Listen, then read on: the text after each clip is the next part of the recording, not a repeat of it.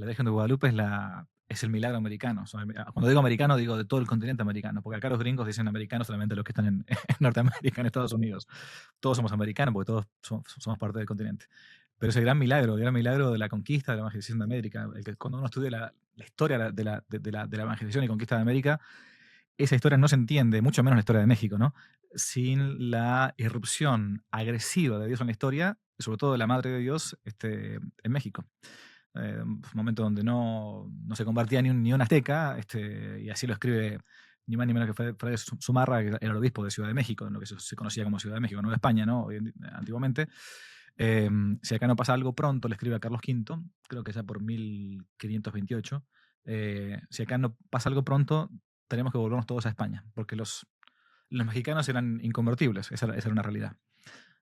Antropófagos, incestuosos, sodomitas, o sea, demoníacos, ¿no? Y bueno, pasó algo, que fue el milagro de Guadalupe.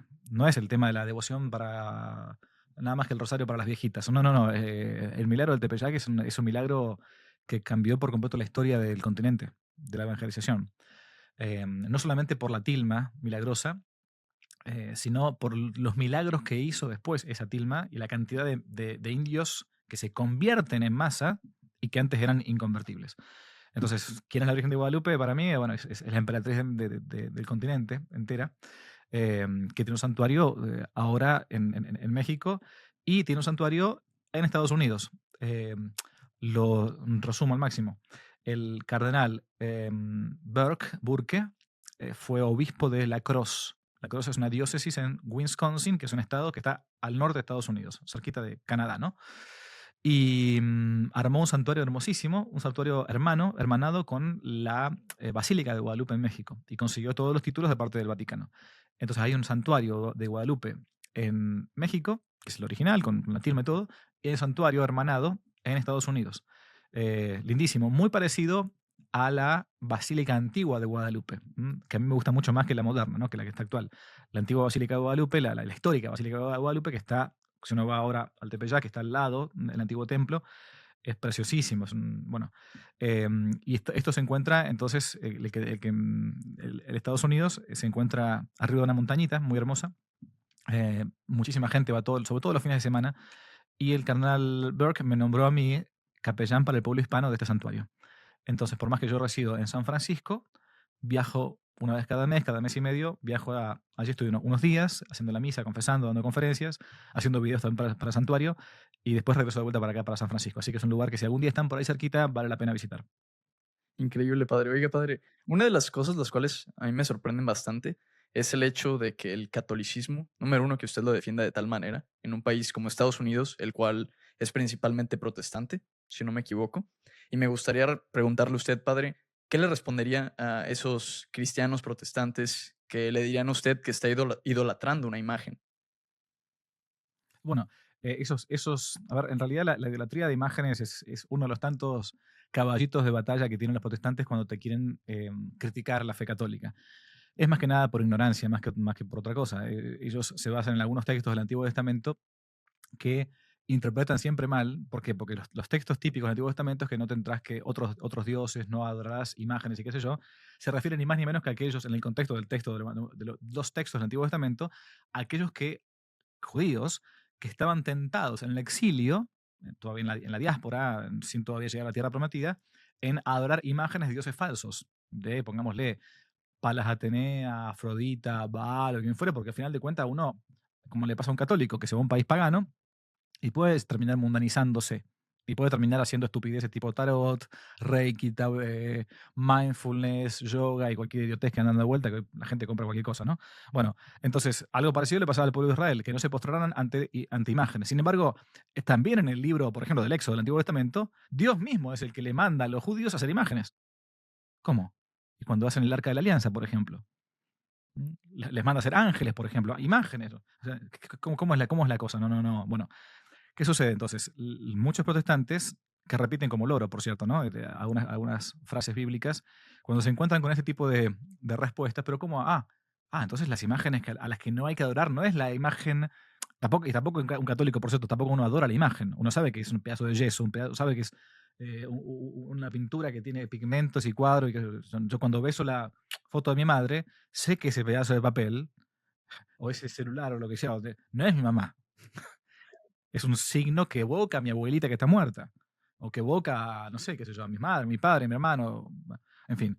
Pero como el ser humano, dice Santo Tomás, no puede pensar, no podemos pensar sin imágenes, incluso imágenes mentales, ¿no? Bueno, eh, usamos las imágenes sensibles para remontarnos a las realidades que no están presentes. Lo mismo le diría a un protestante que dice no hay que tener imágenes ni nada. Ok, entonces a esos protestantes, sobre todo estadounidenses, que tienen un billete de $1 con la cara de Abraham Lincoln o lo que sea, habría que decirme, usted está idolatrando porque lleva una imagen ahí y le gusta la imagen, sobre todo de color verde. Bueno, en fin, hay muchos modos de responder rápido. Yo, si alguien quiere rápidamente y no tiene tiempo para leer, le aconsejo, si quieren, que miren los videos del padre Luis Toro, un cura venezolano que hace muchos años viene dedicándose a la apologética antiprotestante, sobre todo usando nada más que la Biblia. El padre Luis Toro en ese tema es muy, pero muy bueno y ha convertido a muchísimos protestantes que estaban de buena fe por ignorancia en esa secta, ¿no? Padre, ¿la Virgen de Guadalupe es dogma de fe católica? No, no es dogma de fe católico, no. ¿Me puedes explicar cómo funciona, cómo lo ve usted? Sí, a ver, primero para ser bien precisos, hay que ver primero qué es un dogma, qué significa la palabra dogma. Dogma es una verdad revelada por parte de Dios, ¿m? O propuesta para la aceptación pública de parte de la iglesia como depositaria de las promesas de Cristo, ¿no? Tú eres Pedro, sobre esta piedra edificaré mi iglesia, las puertas del infierno no prevalecerán contra ella. Un dogma de fe, respecto de la fe, o de la moral, puede ser también un dogma, es, por ejemplo, la doble naturaleza de Jesucristo. Jesucristo es verdadero Dios y verdadero hombre. O sea, es la segunda persona de la Santísima Trinidad que se encarna, que se hace hombre. Por eso no es un hombre cualquiera como nosotros. Es hombre y es Dios al mismo tiempo, ¿no? Un dogma de fe también es que María Santísima, la Virgen Santísima, fue virgen. Es decir, no tuvo contacto carnal, sexual, con un varón, ni antes, ni durante, ni después del parto. O sea, es virgen. Un dogma en cuanto a la moral, algo que está cerrado, quiero decir, algo que ya está definido, así, es que la vida humana es inviolable desde el punto de vista de la justicia, salvo que haya la justicia. O sea, que uno no puede violentar la vida humana injustamente. O sea, ¿qué significa? Que yo no puedo matar a un niño, a un bebé, no puedo, si en una guerra a veces no me queda otra opción que, bueno, defenderme del enemigo o la legítima defensa, pero eso no es ni siquiera pecado contra el quinto mandamiento, es legítima defensa. Un dogma de moral es, por ejemplo, que la mentira, el dogma moral es un mandamiento, la mentira siempre es pecado, ¿no? Sea grande o sea pequeña. Lo mismo que, bueno, en fin. Ahora, porque son revelaciones públicas de parte de Dios, los mandamientos, por ejemplo, o han sido definidos de esa manera por la iglesia, depositaria de las promesas. Bien, la aparición de María Santísima en el Tepeyac, la tilma de San Juan Diego, la aparición de la Virgen de Fátima, lo que fuere, ¿no?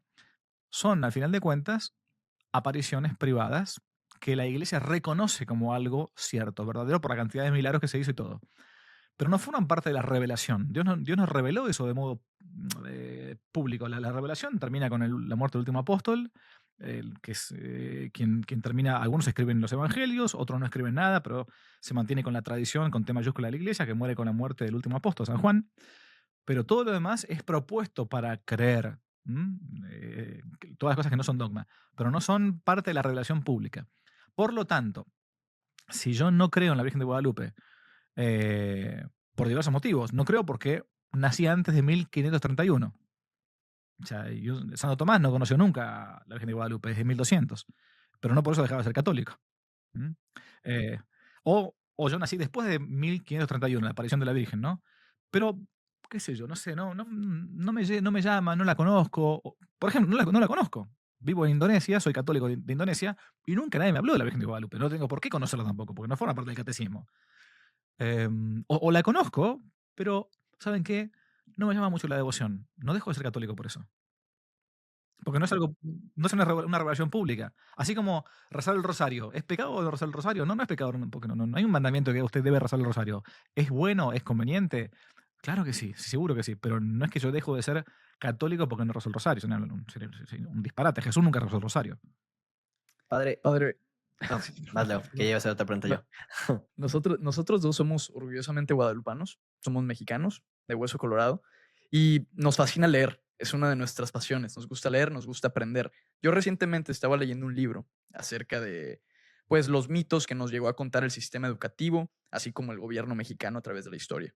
cosas como el odio y resentimiento en contra de los españoles. El libro que leí es acerca de, bueno, lo escribe Juan Miguel Zunzunegui, un historiador bastante reconocido en México.